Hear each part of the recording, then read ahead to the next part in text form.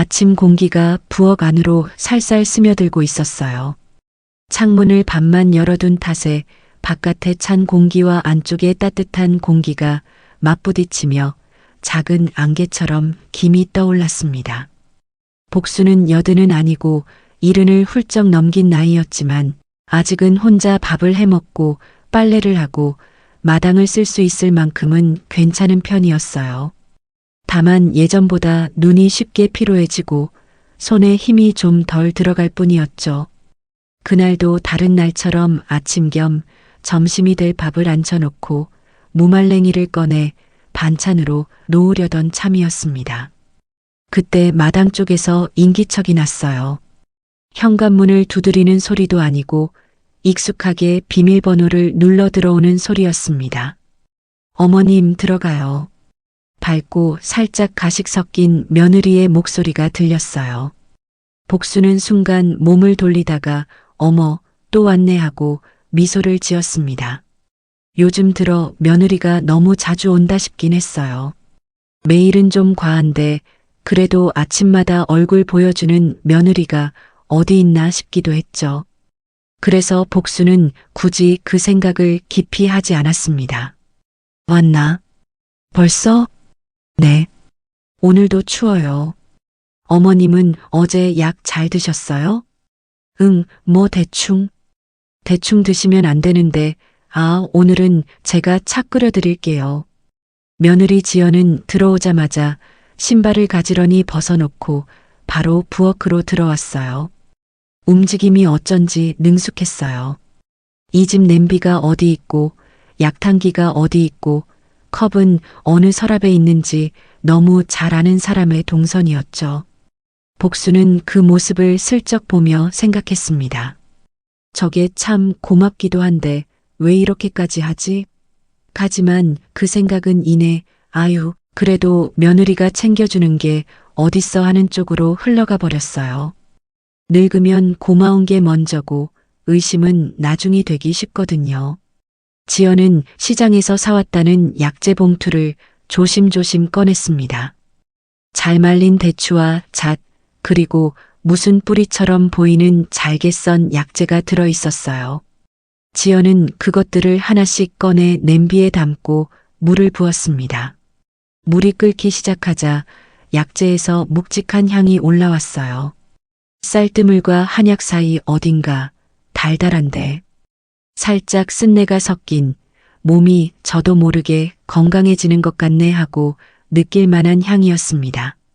요즘 어머님 얼굴이 좀 노래지셨어요. 나이 들어서 그렇지 뭐. 아니에요.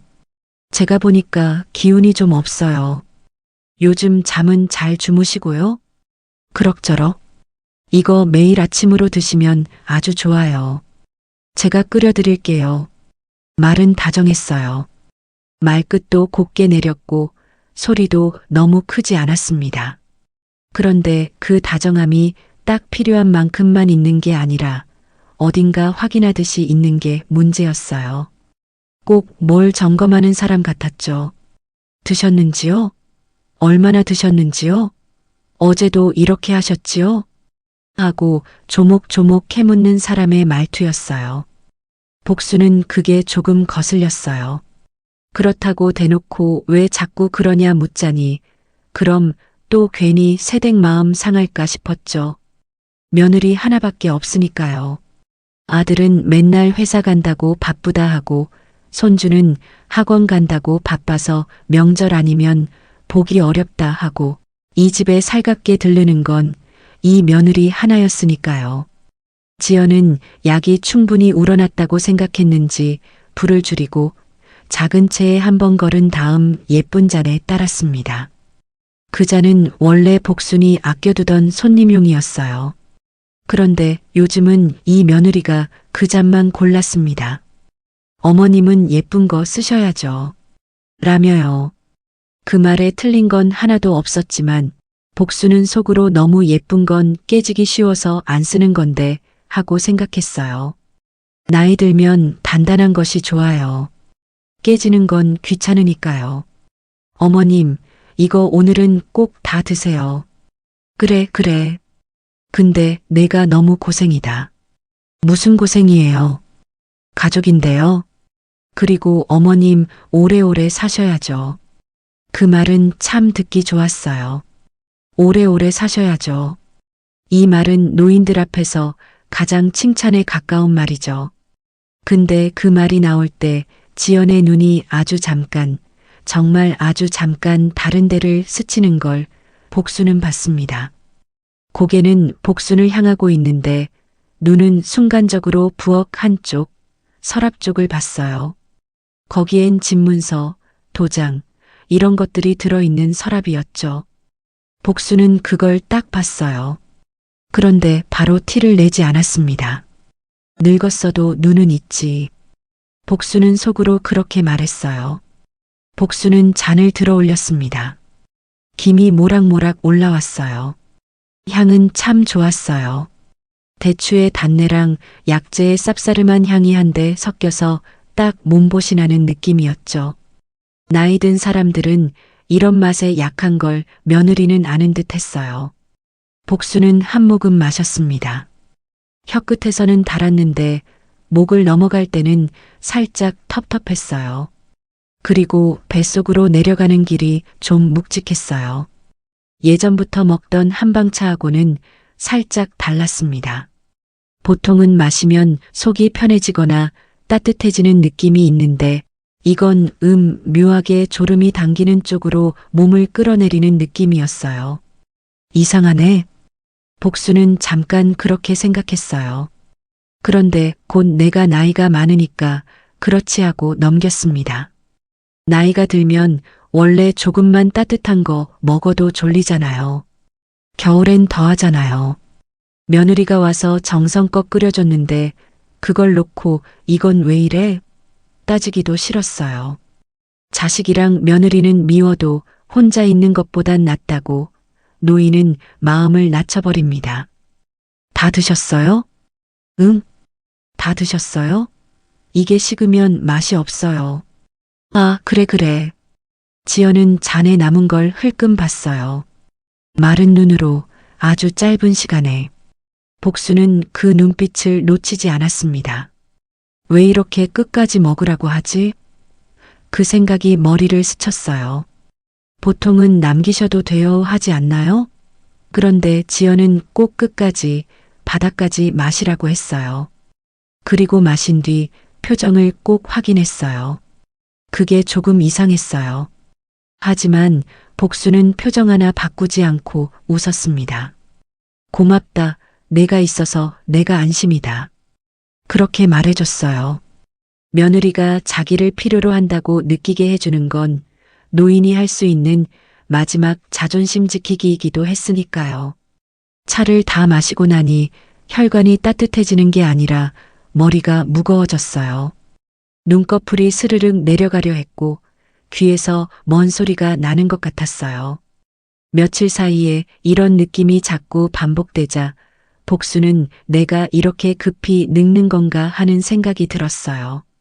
어제도 그저께도 며칠 전에도 이 차를 마신 날은 꼭 이렇게 어지러지랬거든요. 그런데 며느리가 안 오는 날 그냥 보리차만 마신 날은 덜했어요. 그게 마음 한쪽에서 작게 울렸습니다. 혹시 하는 의심이었죠. 하지만 의심이라는 건 한꺼번에 부풀리면 사람을 먼저 잡아먹습니다. 그래서 복수는 일단 접어두기로 했어요. 근거도 없이 며느리를 의심하면 그게 더 피곤하니까요. 지연은 설거지까지 싹 해놓고 부엌을 닦았습니다. 싱크대 위를 한 번 더 닦을 필요는 없었는데도 물기 하나 안 남기려는 사람처럼 꼼꼼히 닦았어요. 그 모습이 어쩐지 흔적 지우기처럼 보였어요. 뭘 담갔다가 꺼낸 건지, 뭘 넣었다가 다시 뺀 건지 모르게 하려는 사람의 행동 같았죠. 복수는 그걸 보고도 모른 척했어요. 눈을 반쯤 감은 채 의자에 기대어 아이고, 내가 오니까 집이 화나다 했습니다. 그럼 저 먼저 갈게요. 내일도 아침에 올게요. 그래. 내일도 와. 어머님 혼자 드시지 말고 꼭 제가 타드리는 거 드세요. 알았다니까. 문이 닫히고 며느리의 발소리가 마당을 지나 대문 밖으로 사라지는 동안 복수는 그대로 가만히 앉아 있었어요. 머리가 지끈거렸습니다. 눈앞이 잠깐 흐려졌다 다시 돌아왔어요.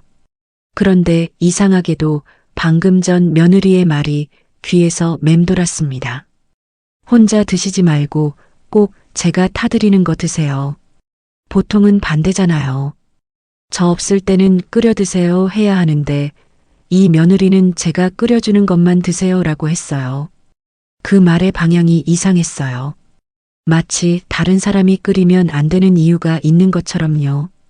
복수는 천천히 부엌으로 갔다가 며느리가 두고 간 냄비를 한 번 더 들여다봤습니다.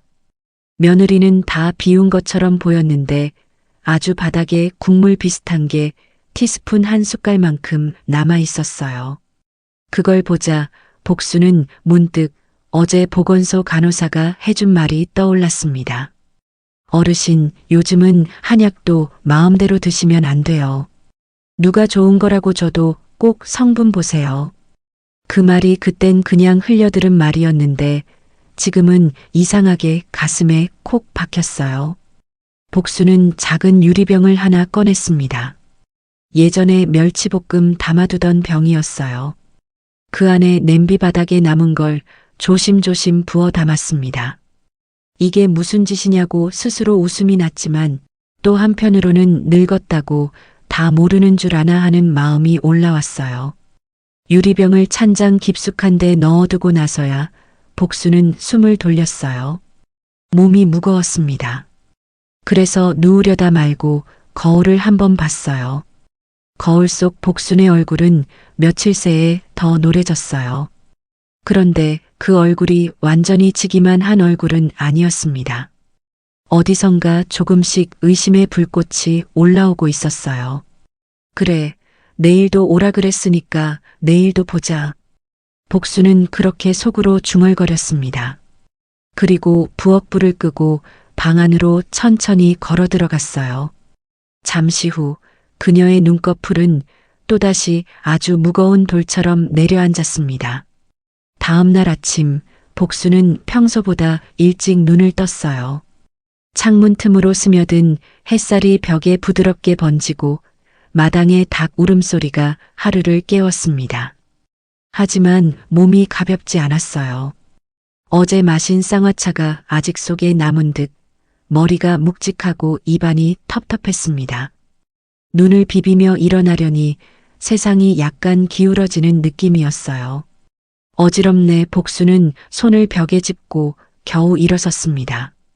그때 또다시 들려오는 소리 현관 비밀번호를 누르는 삑삑 소리였어요.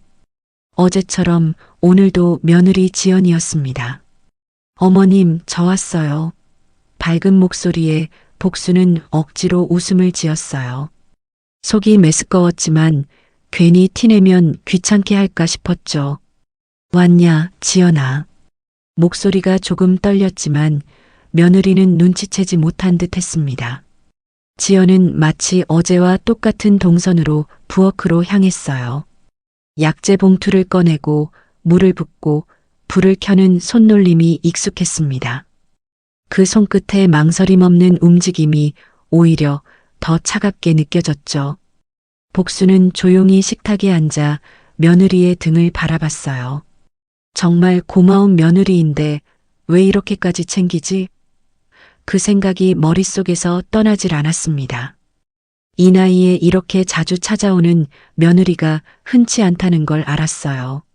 하지만 매일 그것도 꼭 아침마다 오는 건 좀 이상했습니다.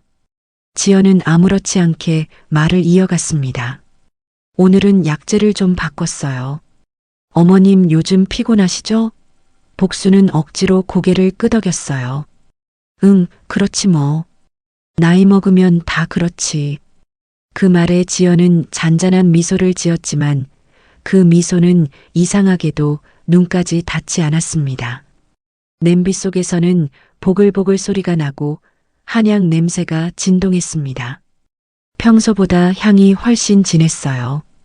쓴내 속에 달큰한 향이 섞여 코를 찔렀습니다. 복수는 그 냄새가 오늘따라 조금 독하다고 느꼈어요. 하지만 지연이 예쁜 잔에 차를 따라 내밀자 복수는 결국 그걸 받았습니다. 거절하기엔 눈빛이 너무 집요했거든요. 복수는 차를 마시는 척하며 잔을 살짝 기울였습니다. 김이 코끝을 간지렸고 그 향이 콧속을 파고들었어요. 첫 모금은 여전히 달았습니다. 그런데 두 번째, 세 번째 모금이 넘어갈수록 목구멍이 타들어가는 듯 했어요. 속이 미묘하게 뒤틀리고 손끝이 서늘해졌습니다. 복수는 천천히 잔을 내려놓았어요. 오늘은 좀 쓰네. 그 말에 지연은 능숙하게 대답했습니다. 몸에 좋을수록 써요. 며칠만 드시면 금세 나아지실 거예요. 지연이 부엌을 정리하는 사이 복수는 벽시계를 봤습니다. 시침이 10시를 가리키고 있었죠. 차를 마신 지 몇 분도 안 됐는데 머리가 이미 빙글 돌았습니다. 방금 전까지 선명했던 목소리가 멀어지고 소리가 하나씩 멀어졌어요. 손끝이 떨리고 시야가 흐릿해졌습니다. 아이고, 내가 왜 이러지? 복수는 의자에 몸을 기댔습니다. 지연은 괜찮으세요? 하며 부드럽게 어깨를 받쳤습니다. 그 손길이 따뜻해야 했지만 왠지 차갑게 느껴졌어요. 잠시 후 복수는 침대에 누워 있었습니다. 언제 방으로 옮겨졌는지 기억이 희미했어요. 옆에서 며느리가 조금만 주무세요. 약효 돌아요. 하며 이불을 덮어줬습니다.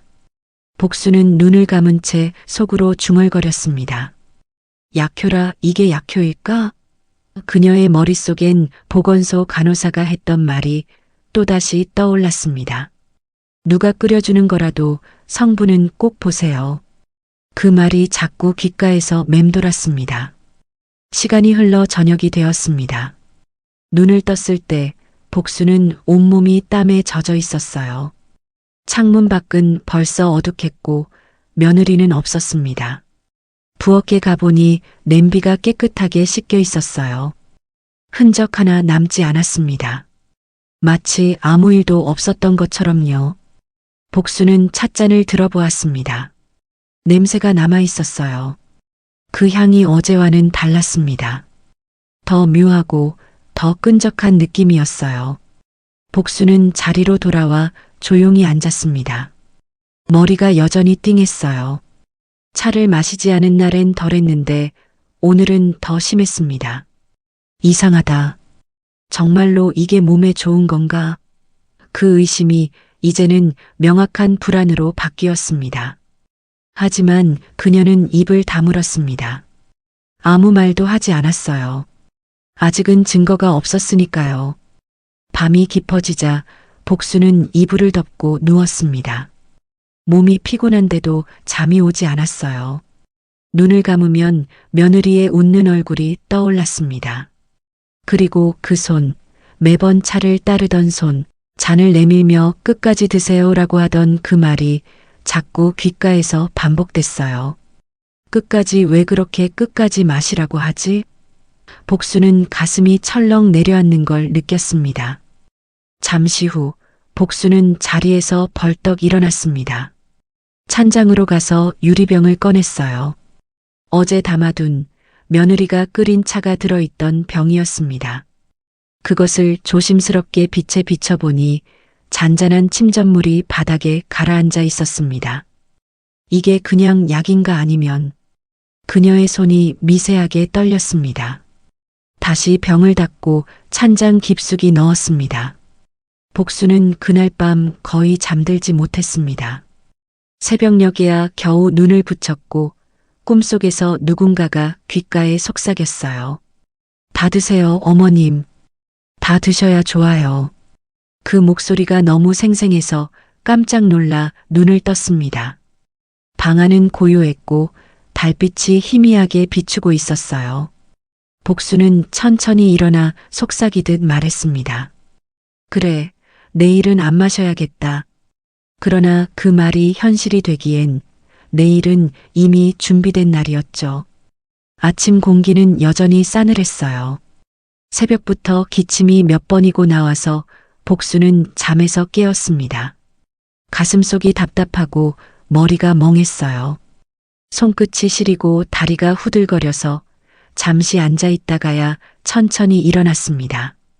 전날 며느리가 타준 쌍화차를 마신 뒤로 이상하게 하루 종일 머리가 무겁고 밤엔 식은땀이 줄줄 흘렀거든요.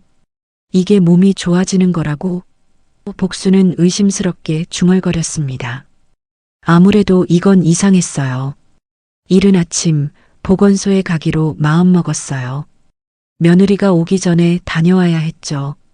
지연은 요즘 아침마다 거의 시간 맞춰 찾아오니까요.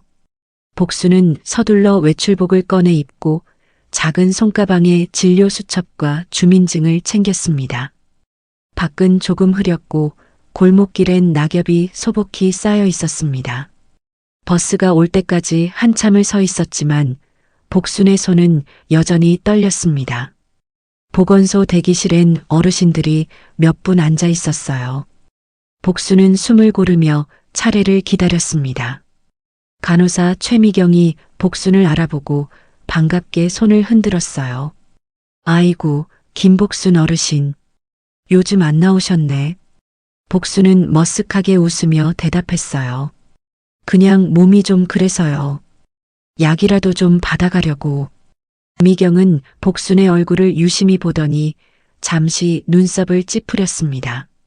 얼굴이 많이 노래지셨어요. 어지럽거나 속이 메스껍진 않으세요? 복순은 잠시 망설이다가 고개를 끄덕였어요. 예, 요즘 좀 그래요. 며느리가 매일 쌍화차를 끓여줘서 그거 마셨는데 그것 때문일까요? 미경은 손을 멈추더니 조용히 말했습니다. 어르신, 누가 끓여주는 거라도 성분은 꼭 보셔야 돼요. 요즘 한약도 약이 세서 몸 상태에 안 맞으면 오히려 탈나요. 그 말이 복순의 가슴에 콕 박혔어요. 미경은 이어서 혹시 약재 봉투 있으세요? 아니면 남은 거라도 조금 가져와 보세요. 제가 봐드릴게요. 했습니다. 복순은 손을 꼭 쥐며 고개를 끄덕였어요. 있어요. 조금 남은 게 있어요. 진료를 마치고 돌아오는 길, 복순의 걸음은 무겁고 생각은 깊었어요. 바람이 차가워도 몸보다 마음이 더 서늘했죠. 성분을 꼭 봐야 한다고 그 말이 맞지. 복순은 집으로 돌아오자마자 곧장 부엌으로 갔습니다. 며느리가 두고 간 냄비를 살펴봤어요.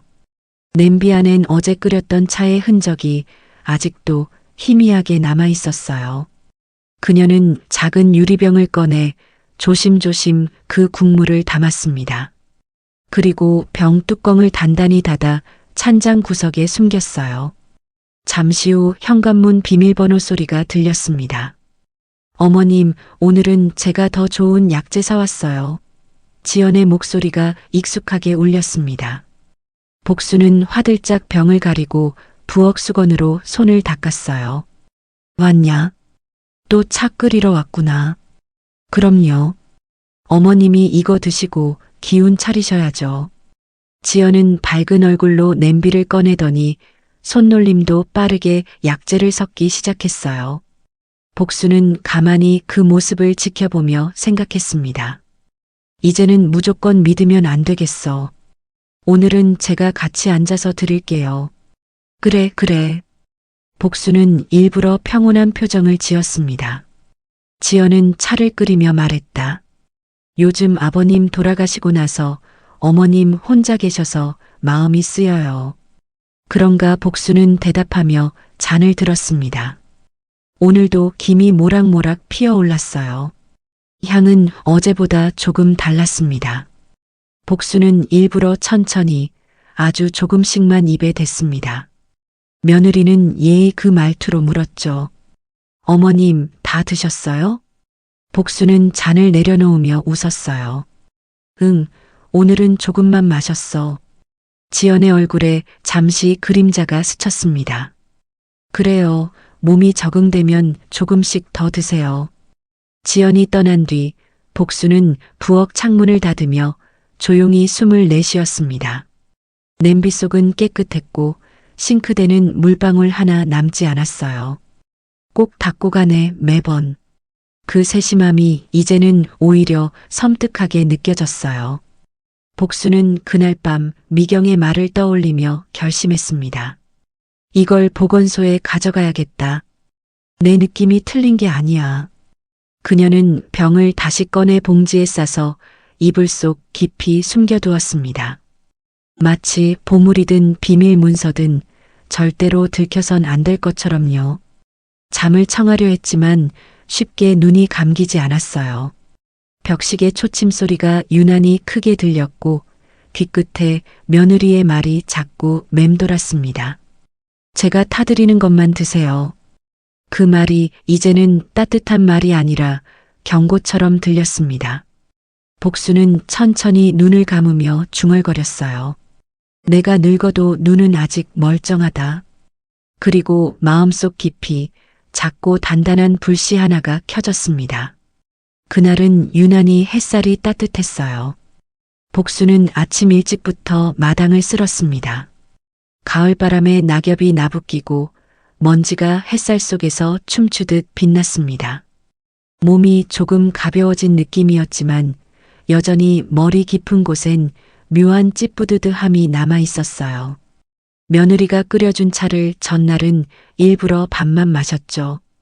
이상하게 그날은 어지럼증이 덜했습니다. 복수는 빗자루를 멈추며 속으로 중얼거렸어요. 이상한 애 반만 마셨는데 괜찮네. 그때 멀리서 지연의 차가 골목을 들어섰습니다. 지연은 언제나처럼 밝은 미소로 손을 흔들며 인사했어요. 어머님, 또 아침부터 일하시네요. 제가 그거 다 해드릴게요. 복수는 빗자루를 내려놓으며 웃었어요. 됐다. 나는 이게 운동이지. 겉으론 평온했지만 속으론 다른 생각이 들끓고 있었어요. 오늘은 좀 더 지켜봐야겠다. 지연은 부엌으로 들어가 익숙하게 냄비를 꺼냈습니다. 복수는 방 안으로 들어가 앉았고 슬쩍 시계를 봤어요. 딱 이 시간에 오네. 매일 같은 시간. 그녀는 며느리의 일정한 습관이 오히려 불편하게 느껴졌습니다. 냄비에서 보글보글 끓는 소리가 들리고 집안에 한약 향이 퍼졌습니다. 복수는 손수건으로 코를 가렸어요. 이제 그 향이 건강의 냄새가 아니라 불안의 냄새처럼 느껴졌거든요. 잠시 후 지연은 차를 들고 방 안으로 들어왔어요. 오늘은 더 진하게 끓였어요. 복수는 미소 지으며 잔을 받았지만 손끝이 미세하게 떨렸습니다. 김이 모락모락 올라오는 그 잔 속을 내려다보니 탁한 갈색이 유난히 진했습니다. 복수는 그 향을 맡으며 짧게 말했다. 고맙다. 이거 마시면 기운이 좀 나겠지. 그럼요. 어머님은 건강하셔야 해요. 어머님이 안 계시면 저희도 힘들죠. 지연의 말은 친절했지만 그 눈빛엔 묘한 긴장감이 섞여 있었어요. 마치 무언가를 확인하려는 사람의 눈빛이었죠. 그 순간 지연의 휴대폰이 부엌에서 울렸습니다. 지연은 급히 자리에서 일어나며 말했다. 어머님, 잠깐만요. 전화 좀 받을게요. 복수는 잔을 입술에 가져가는 척하며 그녀의 뒷모습을 바라봤습니다. 그리고 천천히 잔을 내려놓았죠. 발걸음 소리가 멀어지자 복순의 시선이 자연스레 탁자 위로 향했습니다. 그곳엔 지연의 휴대폰 옆에 수첩 하나가 놓여 있었어요. 그녀는 망설였어요. 하지만 손끝이 저절로 움직였습니다.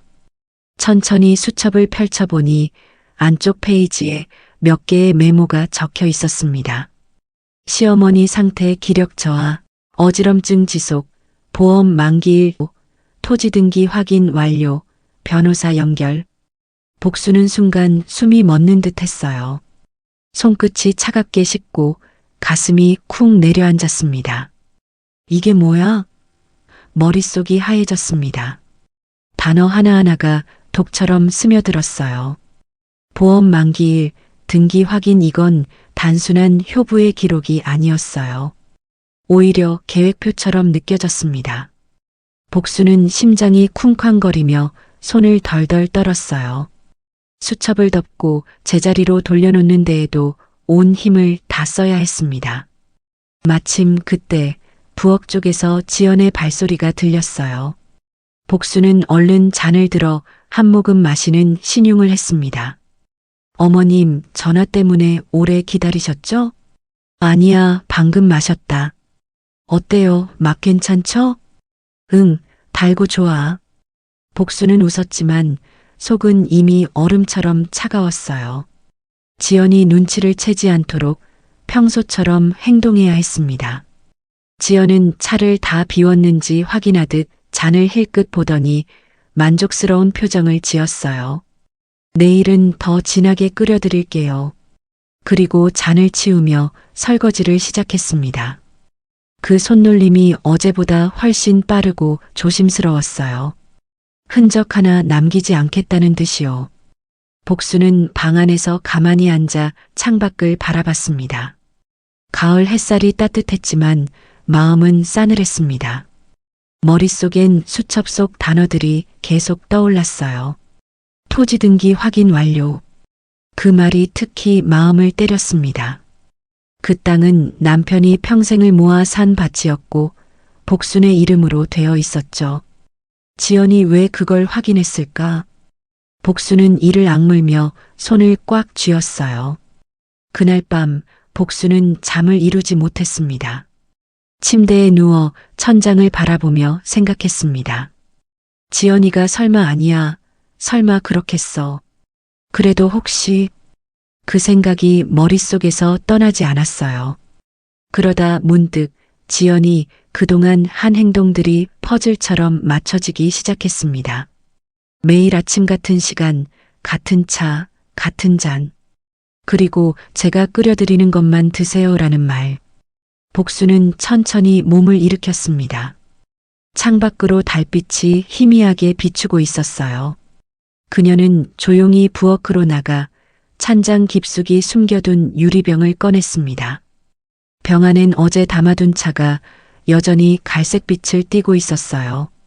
그 속의 탁한 색이 오늘따라 더 짙어 보였습니다. 복수는 낮게 중얼거렸어요.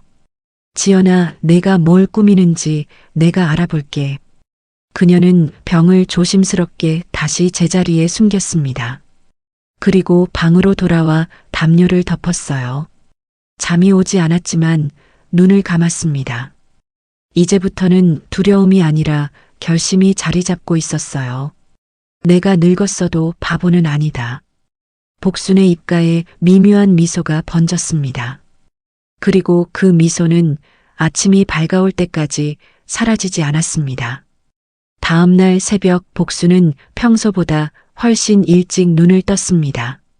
창문 밖엔 새소리 하나 들리지 않고 안개가 짙게 내려앉아 있었습니다. 공기가 눅눅했지만 머릿속은 오히려 맑았어요. 오늘은 확인해야 해.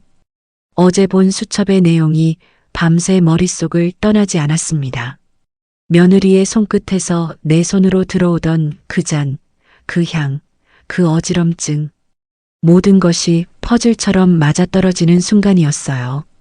복수는 조용히 부엌으로 가서 냄비와 잔을 닦았습니다.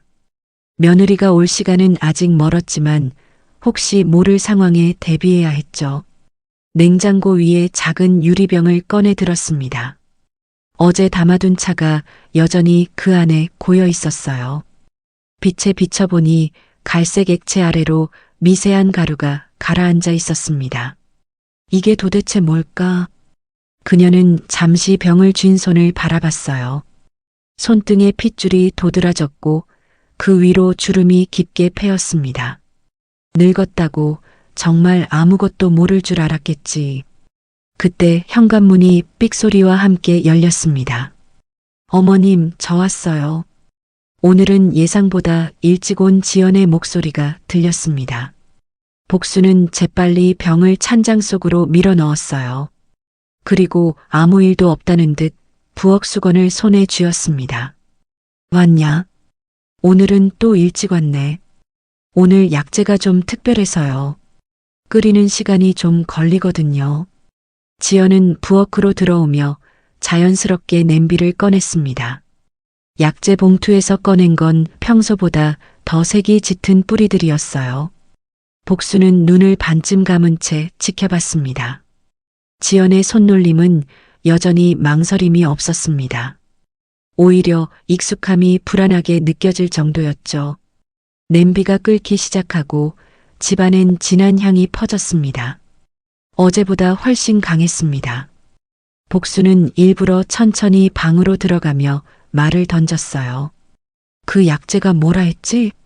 이름이 뭐라던가. 아, 이건요. 보양에 좋은 약이에요. 원기 회복에 좋대요. 그래. 이름은 기억 안 나네. 이게 뭐더라. 복령하고 뭐 그런 거예요. 지연은 애써 자연스럽게 대답했지만 눈빛이 살짝 흔들렸습니다. 복수는 그 눈빛을 놓치지 않았어요.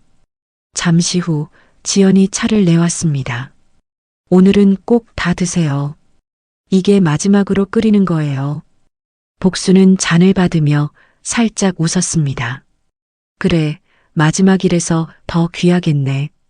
잔을 입에 대는 순간 향이 전날보다 훨씬 묵직하게 느껴졌어요. 복수는 한 모금 마시고는 일부러 기침을 했습니다. 좀 쓰네. 몸에 좋을수록 써요. 어머님은 너무 단 걸 좋아하셔서 그래요. 지연은 잔을 밀며 끝까지 드세요. 하고 말했죠. 복수는 천천히 잔을 들었지만 이번엔 입술만 적셨습니다. 그리고 시선을 잔에서 멀리 두며 천천히 생각했어요. 이제 됐다. 충분히 보여줬다.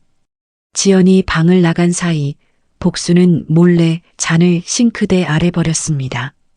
그리고 빈 잔을 살짝 흔들어 흔적을 남기지 않았죠. 대신 준비해둔 다른 차를 꺼내 그 잔에 조금 부었습니다. 색깔은 비슷했지만 향은 전혀 달랐어요. 이걸 마셨다고 하면 되겠지. 잠시 후 지연이 돌아왔습니다. 어머님, 다 드셨어요? 복수는 잔을 보여주며 미소 지었습니다. 응, 오늘은 다 마셨다. 지연의 얼굴에 잠깐 안도감이 스쳤습니다. 그 표정을 보며 복수는 속으로 확신했어요. 그래, 내가 맞구나. 그날 오후 복수는 미리 준비해둔 병을 들고 보건소로 향했습니다. 버스 안에서 손을 꼭 쥐고 창밖을 봤어요. 들판엔 벼가 거의 누렇게 익어가고 있었습니다. 평화로운 풍경과 달리 복순의 마음은 긴장으로 가득했죠. 보건소에 도착하자 간호사 미경이 반갑게 맞이했습니다. 어르신, 또 오셨네요? 복수는 병을 조심스럽게 내밀었습니다. 이거 좀 봐줘요. 우리 며느리가 끓여준 차인데 내가 요즘 너무 어지럽고 머리가 아파요. 미경은 병을 받아들여 향을 맡았습니다. 약냄새가 조금 독하네요. 이거 맡아도 돼요? 그럼요. 미경은 작은 스포이드를 꺼내 액체를 조금 떠서 유리병에 옮겼습니다. 이건 검사실에 부탁드려 볼게요. 며칠 걸릴 거예요. 그래요, 그럼. 복수는 가벼운 미소를 지었지만 가슴은 쿵쾅거렸습니다. 집으로 돌아오는 길, 복수는 이상하리만치 평온했어요. 몸은 여전히 묵직했지만 마음 어딘가엔 이제 두려움보다 냉정함이 자리했습니다. 이제는 숨지 말자. 내가 뭘 꾸미든 내가 먼저 알아내야지. 집에 돌아오니 지연이 부엌에 있었습니다. 어머님, 병원 다녀오셨어요? 응, 그냥 보건소. 몸이 좀 그래서 약 좀 받아왔어. 잘하셨어요. 제가 드린 차도 계속 드시고요. 그래, 그럼. 복수는 웃었지만 그 웃음 속엔 이미 계산이 깃들어 있었습니다. 지연이 떠난 뒤 복수는 찬장 안을 열어봤어요. 남은 약재 봉투가 줄어들고 있었죠. 며느리가 매일 끓인다는 건강차의 재료는 거의 비어 있었습니다. 이게 다 어디로 갔을까? 아니, 어디서 산 걸까? 밤이 되자 창밖에서 개 짖는 소리가 들렸습니다. 복수는 조용히 앉아 생각했어요. 이제 며칠만 참자. 검사 결과가 나오면 다 밝혀지겠지. 손끝이 떨리긴 했지만 눈빛은 단단했습니다. 그리고 마음속 깊은 곳에서 오래된 목소리가 들렸습니다. 남편이 생전에 하던 말이었어요. 복수나 사람은 끝까지 보고 판단해야 돼. 복수는 눈을 감으며 천천히 속삭였습니다. 그래요, 여보. 나 이제 끝까지 볼 거예요. 그날 밤 창문 틈으로 들어온 바람이 커튼을 살짝 흔들었습니다. 그 바람에 복순의 흰머리가 가볍게 흩날렸습니다. 어둠 속에서 그녀의 얼굴엔 결심이 자리 잡고 있었어요. 내일은 진짜를 드러낼 날이 가까워지고 있었습니다. 며칠 후 하늘은 흐렸습니다. 안개가 짙게 내려앉은 마을길을 복수는 천천히 걸었어요. 보건소에 맡긴 검사 결과는 아직 나오지 않았지만 기다리는 동안에도 며느리의 발걸음은 쉬지 않았습니다. 여전히 매일 찾아와 차를 끓였고 여전히 웃으며 끝까지 다 드세요라고 말했죠. 복수는 그 말을 들을 때마다 몸속에 냉기가 도는 걸 느꼈습니다. 그날 아침 부엌 창가에 서 있던 복수는 마당 쪽에서 낯익은 목소리를 들었어요. 복순 어르신 계십니까? 동네 이장 서만근이었습니다. 복수는 황급히 부엌 수건을 손에 쥔 채 대문을 열었죠. 아이고, 이장님 웬일이요? 이른 아침부터. 에이, 그냥 지나가다 들렀죠. 저기 그 며느리분이 집 팔 거냐고 묻던데요? 뭐라고요? 복수는 얼굴이 굳어졌습니다. 어제 저녁쯤에 전화 왔어요. 시골집 처분하면 얼마쯤 받을까요? 하더라고요. 그래서 혹시 어르신이 시키신 건가 싶어서. 복수는 말이 나오지 않았습니다. 심장이 쿵 내려앉는 느낌이었죠. 그녀는 애써 미소를 지으며 말했어요. 아이고, 그거 내가 시킨 게 아니에요. 걔가 무슨 생각을 하는지 원. 에이, 그럼 제가 그냥 모른 척 할게요. 근데 요즘 그쪽 부지값이 꽤 올랐어요. 다들 탐나하죠. 이장이 돌아가고 나자 복수는 마당 한가운데에 서 있었습니다. 바람이 얼굴을 스쳤지만 아무 느낌도 나지 않았어요. 집을 팔겠다고? 중얼거린 말이 공기 속으로 흩어졌습니다. 며느리가 그동안 친절하게 굴었던 이유가 이제야 선명히 보이기 시작했죠. 부엌으로 들어온 복수는 곧장 금고를 열었습니다. 안쪽엔 등기 서류와 땅 문서, 도장들이 들어 있었어요. 그런데 서류를 하나씩 꺼내보던 그녀의 눈이 커졌습니다. 등기 원본 사본 없음. 몇 장이 사라져 있었습니다. 이게 왜 없지? 그녀의 손끝이 떨렸어요. 금고 안쪽을 다시 뒤져봤지만 소용없었습니다. 도장을 찍으려면 저걸 가져가야 하지 설마. 머릿속이 복잡하게 얽혀들었습니다. 그동안 며느리가 자주 들락날락하던 방문, 잠시 눈을 뗀 사이 열려있던 서랍, 그리고 며느리의 미묘한 미소까지 모든 장면이 하나로 이어졌습니다. 그때 현관문이 열리며 익숙한 목소리가 들렸습니다. 어머님, 오늘은 더 진하게 끓여왔어요. 복수는 놀라서 문서를 급히 덮었습니다. 왔냐, 지연아. 지연은 밝게 웃으며 부엌으로 향했습니다. 이거 정말 귀한 약이에요. 몸이 한결 좋아지실 거예요. 복수는 억지로 미소를 지으며 앉았습니다. 그래, 오늘은 향이 진하네. 오늘은 제가 직접 집에서 끓여왔어요. 시간 절약되게요. 복수는 잔을 받으며 며느리의 눈을 바라봤어요. 그 눈 속엔 이상하게 조급함이 비쳤습니다. 지연아, 요즘 바쁘지? 조금요. 아, 그리고 어머님, 혹시 그 땅 문서 어디 두셨어요? 복수는 숨이 멎는 듯 했어요. 그건 왜? 아니, 그냥요. 혹시 습기 차면 안 되니까 제가 파일에 정리해 드리려고요. 지연의 말투는 상냥했지만 복순의 귀에는 섬뜩하게 들렸습니다. 괜찮다. 내가 알아서 챙긴다. 아니에요, 제가. 됐다.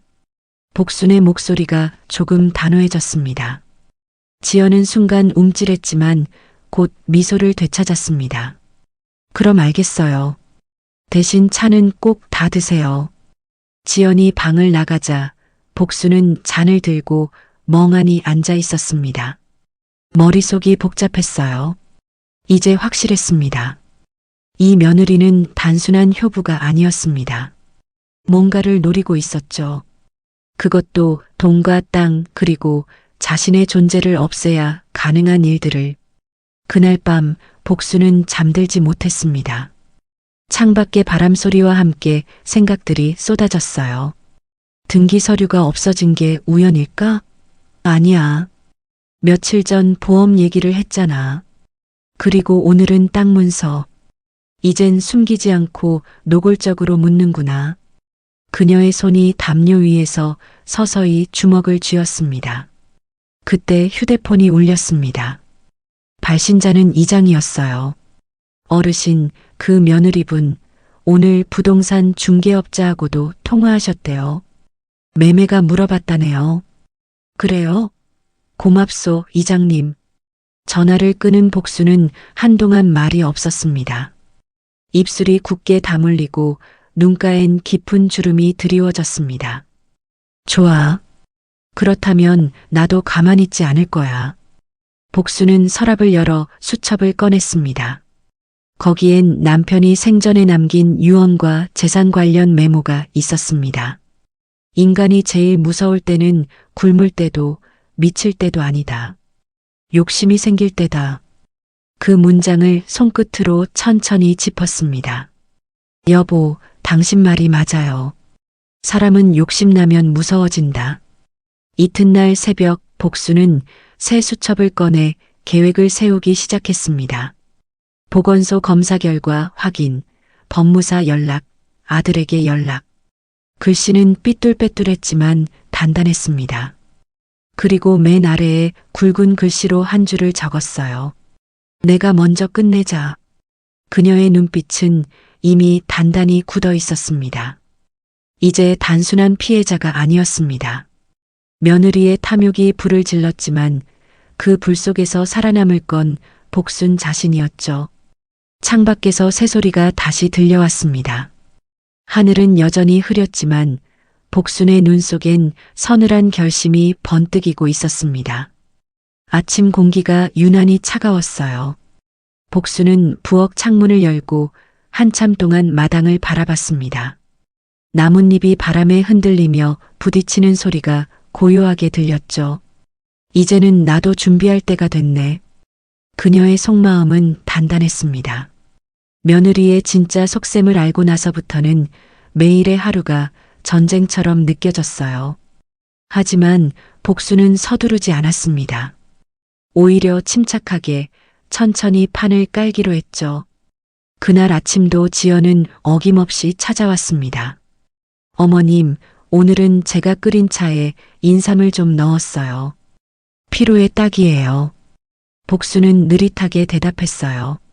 그래, 요즘 몸이 좀 무겁더라.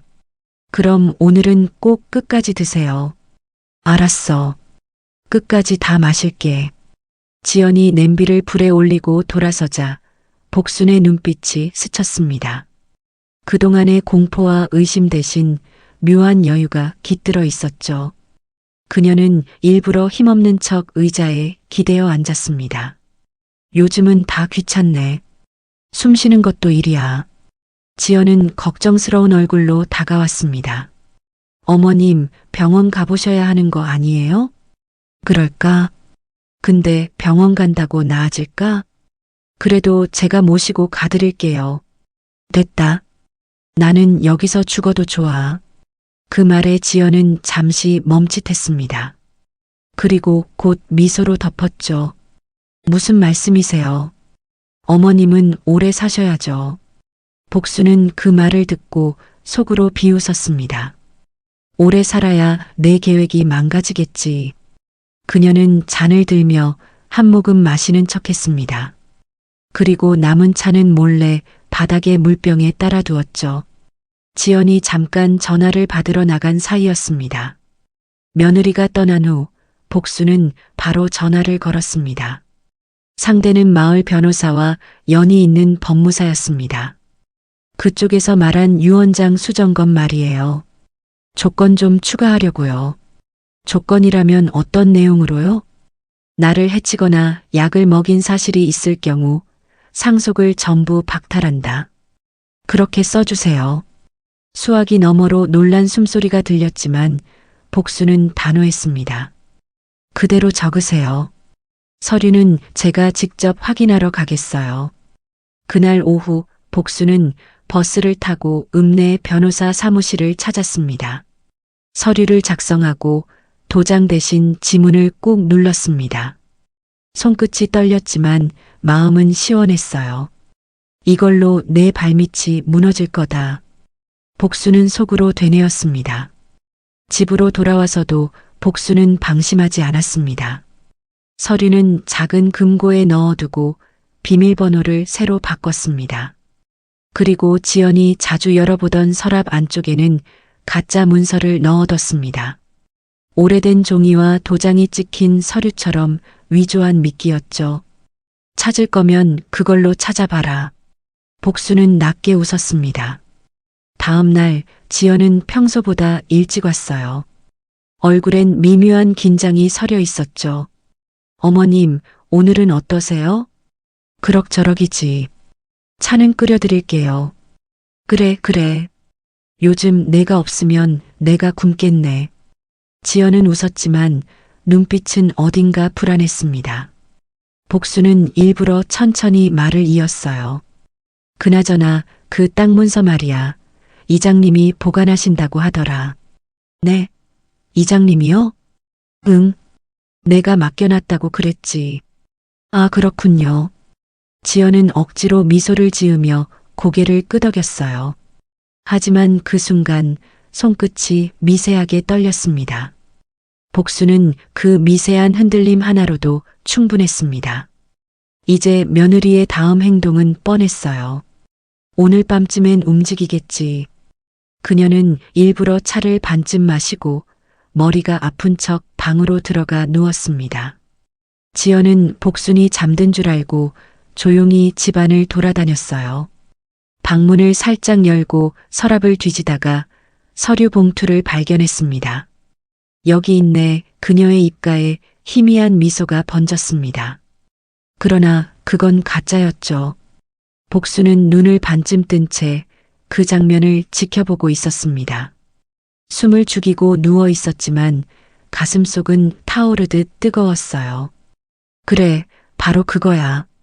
내가 나한테 뭘 했는지 이제 세상이 알게 될 거야. 지연이 떠난 뒤 복수는 천천히 몸을 일으켰습니다. 손끝에 남은 미약한 떨림이 사라지고 눈빛이 맑아졌습니다. 이제 다 됐다. 그녀는 낮게 중얼거렸습니다. 그리고 서랍 안쪽에서 녹음기를 꺼냈습니다. 지연이 방 안에서 뒤지던 소리, 그 모든 게 담겨 있었죠. 밤이 깊어지자 창문 밖으로 바람이 세차게 불었습니다. 복수는 잠이 오지 않았습니다. 대신 머릿속으로 내일의 일을 정리했습니다. 보건소 검사 결과가 나오면 변호사와 아들에게 보여줄 예정이었죠. 그날을 기다리며 그녀는 조용히 눈을 감았습니다. 늙었다고 바보가 아니에요, 지연아. 그녀의 목소리가 어둠 속에서 작게 울렸습니다.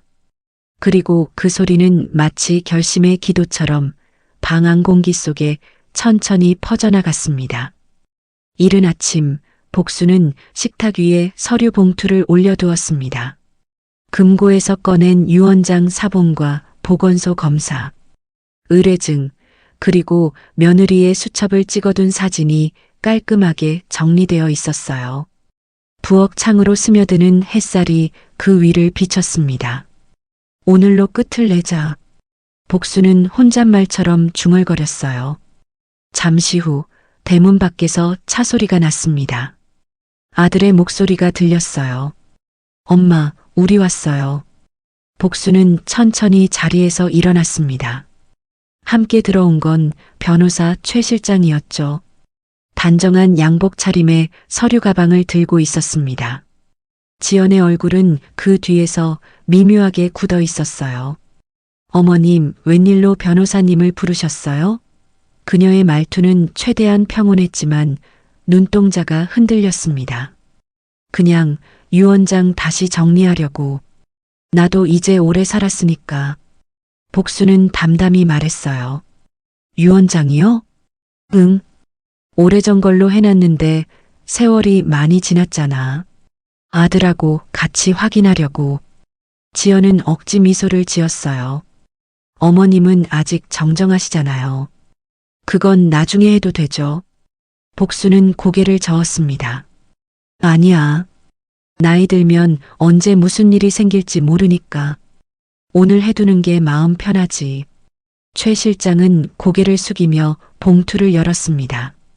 여기 새로 수정된 초안이에요.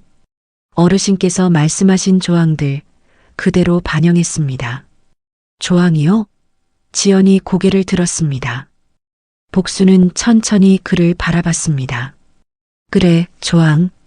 나를 해치거나 내 건강을 해치는 사람이 있으면 재산 전부 상속에서 제외한다는 거야. 순간 공기가 얼어붙었습니다. 지연의 얼굴에서 피가 가셨습니다. 그런 게 왜 필요해요, 어머님? 그냥 혹시 몰라서. 요즘 사람 일은 모르는 거잖아. 그래도 그런 말은 좀. 괜찮아. 내 유언이니까.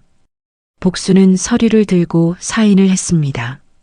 지문을 찍는 순간 손끝이 붉게 물들었지만 표정은 전혀 흔들리지 않았어요. 최 실장은 서류를 봉투에 넣고 말했다. 이제 법적으로 유효합니다. 어르신 말씀하신 대로 혹시라도 학대나 독극물, 투여 같은 행위가 확인되면 해당자는 전부 상속권이 박탈됩니다. 그 말에 지연의 얼굴이 새파래졌습니다. 무슨 그런 말도 안 되는. 지연아. 복순이 조용히 그녀의 말을 막았습니다. 어머님, 저를 의심하시는 거예요? 의심이라니 그런 게 아니지. 그저 혹시 모를 대비야. 사람은 늙으면 대비해야 돼. 지연은 손을 꽉 쥐었습니다. 손톱이 손바닥을 파고들 만큼 세게. 아들은 어색하게 미소를 지으며 분위기를 달래려 했어요. 엄마, 지연이가 그런 일 할 리가 있나? 괜히 그런 조항 넣지 말자. 넣자. 마음이 편하니까. 복수는 짧게 잘랐습니다. 최 실장이 서류를 정리하며 말했다. 이제 서류는 제 사무실 금고에 보관하겠습니다. 어르신이 직접 원하실 때만 열람할 수 있습니다. 좋아요. 그게 제일 안전하겠네요. 복수는 고개를 끄덕였습니다. 회의가 끝나고 변호사와 아들이 잠시 대문 밖으로 나가 있는 사이 복순과 지연은 마주 앉았습니다. 공기는 묵직했고 시계 초침 소리만 방 안을 채웠습니다. 어머님, 왜 이러세요? 저 그렇게 나쁜 사람 아니에요. 그렇겠지. 정말이에요. 어머님이 오해하신 거예요. 복수는 고개를 들지 않았습니다. 대신 조용히 말했다. 그래, 그럴 수도 있지. 오해라면 곧 풀리겠지. 지연은 숨을 고르며 억지로 미소를 지었어요. 하지만 그 손끝은 계속 떨렸습니다. 복수는 그런 그녀를 보며 천천히 찻잔을 들어 올렸습니다. 차 한 잔 줄까? 아니요. 왜? 내가 늘 말했잖아. 따뜻한 차가 몸에 좋다고. 오늘은 됐어요. 지연은 급히 가방을 챙겨 들었습니다. 저 손님도 계시고 나중에 올게요. 그래. 근데 지연아. 네. 복수는 천천히 그녀를 바라보았습니다. 사람은 말보다 행동으로 드러나는 법이야. 아무 말 안 해도 다 보여. 지연은 아무 대답도 하지 못했습니다. 문을 열고 나가면서도 손이 제대로 닿히지 않아 문이 쾅 소리를 냈습니다. 잠시 후 아들과 변호사가 돌아왔습니다. 엄마, 아까 지연이 표정이 좀 이상하던데? 복수는 조용히 미소 지었습니다. 그럴 수도 있지. 마음이 복잡할 테니까. 정말 괜찮아요? 응. 이제 괜찮아. 마음이 한결 가벼워졌어. 복수는 테이블 위 서류 봉투를 쓰다듬었습니다. 그 봉투 안에는 이제 그녀의 마지막 방패가 들어 있었죠. 창밖으로 햇살이 부드럽게 들어왔고 마당의 감나무엔 붉은 감이 주렁주렁 매달려 있었습니다. 그녀는 천천히 속삭였어요. 이제 곧 끝이야. 이제 내가 준비한 걸 꺼내면 되지. 복순의 손끝이 떨렸지만 그 떨림은 두려움이 아니라 긴장감이었습니다. 이제 모든 게 드러날 시간이 다가오고 있었죠. 며칠 후 흐린 날씨 속에서 복순의 마음은 이상하게 차분했습니다. 기다리고 기다리던 보건소 검사 결과가 나오는 날이었죠. 새벽부터 일어나 머리를 빗고 평소보다 단정히 옷을 입었습니다. 거울 속 복순의 얼굴은 전보다 조금 수척했지만 눈빛은 또렷했습니다. 오늘 끝내자. 그녀는 짧게 중얼거렸어요. 보건소에 도착하자 간호사 최미경이 복순을 보며 반갑게 손을 흔들었습니다. 어르신, 검사 결과 나왔어요. 이거 좀 심각하네요. 심각하다니? 복순은 조심스럽게 물었습니다. 쌍화차라고 하셨죠? 이 안에 들어있는 성분이 문제예요. 일반 약재가 아니라 진정작용이 강한 약물 성분이 섞여 있었어요. 어르신처럼 연세 있으신 분에겐 독처럼 작용할 수도 있어요. 복순의 손끝이 미세하게 떨렸습니다. 그게 정말이에요? 네. 오래 복용하셨으면 어지럼증, 기억 혼란, 손 떨림이 생기죠. 딱 증상이 그래요. 복순은 한참 동안 아무 말도 하지 않았습니다. 그리고 이내 천천히 고개를 들었어요. 고맙소, 미경 씨. 집으로 돌아오는 길, 하늘이 잿빛으로 가라앉아 있었습니다. 그러나 복순의 마음은 오히려 맑았어요. 이제 모든 퍼즐이 맞춰졌거든요. 이제 증거도 생겼다. 거짓말할 수 없겠지. 그녀는 손에 쥔 봉투를 꽉 쥐었습니다. 봉투 속에는 검사 결과와 미경의 진단서가 함께 들어 있었죠. 그날 오후 복수는 아들과 며느리를 집으로 불렀습니다. 지연은 어제보다 훨씬 차려입고 왔어요. 얌전한 원피스, 잔잔한 향수 냄새. 겉으론 평온해 보였지만 눈빛엔 묘한 불안이 숨어 있었습니다. 어머님, 오늘 또 무슨 일이세요? 아버지 제사도 아직 아닌데. 그냥 얘기 좀 하자꾸나. 아들 너도 같이 앉고. 거실엔 잠시 정막이 흘렀습니다. 복수는 봉투를 테이블 위에 올렸어요. 이게 뭐예요? 지연이 물었죠. 보건소에서 받은 거야. 내가 매일 끓여준 쌍화차 말이야. 지연의 손이 굳었습니다. 그게 왜요? 검사했더니 몸에 안 좋은 성분이 들어있더구나. 무슨 말씀을 그렇게 하세요? 그냥 피로에 좋은 약재였어요. 약재라고? 그럼 왜 어지럽고 손이 떨렸을까? 복순의 목소리는 조용했지만 단호했습니다. 아들이 놀란 눈으로 둘을 번갈아 보았습니다. 지연아, 무슨 말이야? 무슨 약재 넣은 거야? 그냥 보양식으로 사다 넣은 거예요. 어머님이 자꾸 피곤하시다고 하셔서. 거짓말하지 마. 복순의 눈빛이 차갑게 빛났습니다. 내가 모를 줄 알았니? 내 수첩도 봤다. 지연의 얼굴에서 피가 가셨습니다. 어머님, 그건 그냥 메모예요. 보험 같은 거 정리하려고. 보험, 토지 등기, 변호사 다 메모였다고. 복수는 봉투 속 사진을 꺼내 탁자 위에 던졌습니다.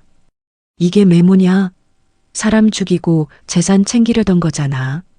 아들은 멍하니 서 있다가 자리에서 일어났습니다. 지연아, 설마 정말이야? 아니야. 그건 오해야.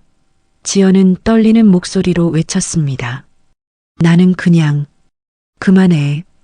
복순이 말을 끊었습니다. 보건소 검사 결과 약 속에 이상한 성분이 있었다. 너 아니면 누가 넣겠니? 지연은 손으로 얼굴을 가렸습니다. 입술이 파랗게 질렸고 손끝이 떨렸어요. 저는 그런 의도 아니었어요. 어머님이 잠 좀 잘 주무시라고 그냥 잠 좀 자게 하려고 독을 넣었다고. 복순의 말이 날카롭게 방안을 울렸습니다. 아들은 두 손으로 머리를 감쌌습니다. 도대체 왜 그랬어? 우리 가족한테. 난 그냥 너무 힘들었어. 지연의 눈에서 눈물이 떨어졌습니다. 집 대출도 생활비도 어머님 재산만 있으면 다 해결될 줄 알았어. 그래서 조금만 일찍 보내겠다고. 복순이 차갑게 되물었습니다. 지연은 고개를 숙이고 울었습니다. 복순은 잠시 그녀를 바라보다가 봉투를 조용히 닫았습니다. 내가 얼마나 애써도 사람 목숨은 돈으로 바꾸지 못해. 어머님, 제발 용서해 주세요. 잠깐 미쳤었어요. 진짜 그런 의도는 아니었어요. 그럴 리가 있겠니? 매일 와서 웃던 그 얼굴이 거짓이었잖아. 잠시 정적이 흘렀습니다. 복수는 깊게 숨을 내쉬고 아들을 바라봤습니다. 준호야, 내가 다 정리했다. 변호사한테 유언장도 바꿔놨어. 엄마, 너는 너무 믿었고 나는 너무 늦게 알아챘다. 하지만 이제 끝났어. 복수는 자리에서 일어나 냉정히 말했다. 이제 내가 나가라. 더 이상 이 집에 발 디딜 자리는 없다. 지연은 무릎을 꿇었지만 복수는 뒤돌아보지 않았습니다. 나 늙었다고 만만하게 본 죄 세상이 기억하게 될 거야. 그녀의 목소리는 차분했지만 방 안 공기는 싸늘했습니다. 창밖에서 바람이 세차게 불어 커튼이 휘날렸습니다. 지연은 흐느끼며 바닥을 쳤지만 복수는 손끝 하나 움직이지 않았습니다. 그 순간 복순의 눈빛엔 공포도 분노도 없었습니다. 오직 끝까지 버텨낸 사람의 고유한 자존심만 남아 있었죠. 그녀는 잔잔하게 속삭였습니다. 이제 내가 죽는 게 아니라 내 거짓말이 끝나는 거야. 창문 너머로 빗방울이 떨어졌습니다. 그 빗소리가 마치 모든 걸 씻어내는 듯 길게 울려 퍼졌습니다. 그날 이후 복순의 부엌엔 쌍화차 냄새가 다시는 나지 않았습니다. 집안은 고요했습니다. 비가 내린 다음 날이라 공기가 축축했고 창문 밖 감잎에 물방울이 맺혀 반짝였어요. 복순은 부엌 의자에 앉아 찻잔을 들었습니다. 잔에는 물이 아니라 이제 아무 의미도 없는 평범한 보리차가 담겨 있었죠. 며칠 전까지만 해도 이 자리에서 마시던 쌍화차 냄새가 아직도 어딘가에 남아 있었지만 그 향은 이제 더 이상 따뜻하지 않았습니다. 지연은 다시는 나타나지 않았어요. 그날 이후 아들과 함께 짐을 싸서 집을 떠났다고 했습니다. 아들은 며칠 동안 눈물을 보였고 엄마 미안해라는 말만 반복했죠. 복수는 그 말에 아무 대답도 하지 않았습니다. 그저 아들의 어깨를 가볍게 두드려 주었을 뿐이었어요. 살다 보면 누구나 속을 때가 있는 거야. 그 말 한마디에 아들은 울음을 삼켰습니다. 며칠 후 변호사로부터 전화가 왔습니다. 유언장 효력 확인됐습니다. 요청하신 대로 모든 재산은 사회복지재단으로 기부 처리됩니다. 복수는 고개를 끄덕였어요. 그래요. 그게 제일 깨끗하겠죠. 목소리는 고요했지만 눈빛은 단단했습니다. 이제는 돈도 땅도 욕심도 아무 의미가 없었어요. 그날 오후 복수는 부엌 창가에 앉아 차를 우렸습니다. 이번엔 자신이 직접 끓인 것이었어요.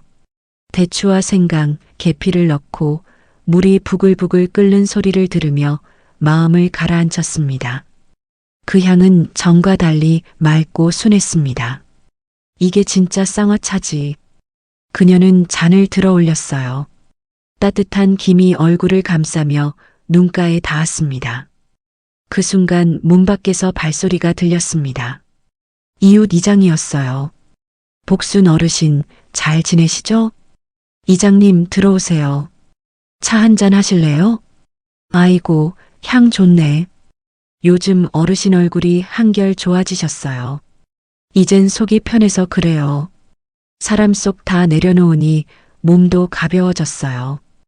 이장은 고개를 끄덕였어요. 그게 제일이에요. 마음의 독이 더 무서운 법이죠. 복수는 잔을 내밀며 웃었습니다. 그 말이 참 맞아요. 독은 물에만 있는 게 아니고 마음에도 있더라고요. 그럼요. 근데 며느리 일은 좀 괜찮으세요? 그 애도 결국 자기 길을 가겠죠. 다만 사람은 마음에 욕심이 생기면 제일 먼저 사랑이 죽는 법이에요. 이장은 잠시 침묵하다가 잔을 들어 올렸습니다. 어르신 말씀은 언제 들어도 깊네요. 복수는 잔을 마시며 창밖을 바라봤습니다. 햇살이 구름 사이로 스며들어 마당을 따뜻하게 덮고 있었어요. 이장이 돌아간 후 복수는 천천히 걸음을 옮겼습니다. 거실에는 여전히 며느리가 앉았던 자리에 흔적이 남아 있었어요. 깨끗이 닦인 식탁, 가지런히 정리된 컵, 그리고 그 위에 남아있는 잠금의 얼룩 하나. 복수는 그걸 바라보다가 손끝으로 닦아냈습니다. 이제 정말 끝났네. 그녀는 방으로 돌아가 오래된 사진첩을 꺼냈습니다. 젊은 시절 남편과 찍은 사진, 아이가 처음 학교에 가던 날의 모습이 차례로 펼쳐졌어요. 그리고 사진 한 장 한 장을 넘길 때마다 복순의 얼굴에 잔잔한 미소가 번졌습니다. 여보, 이제 나 잘했죠? 낮게 중얼거린 목소리가 방 안에 맴돌았습니다. 창문 밖에서는 바람이 불어왔어요.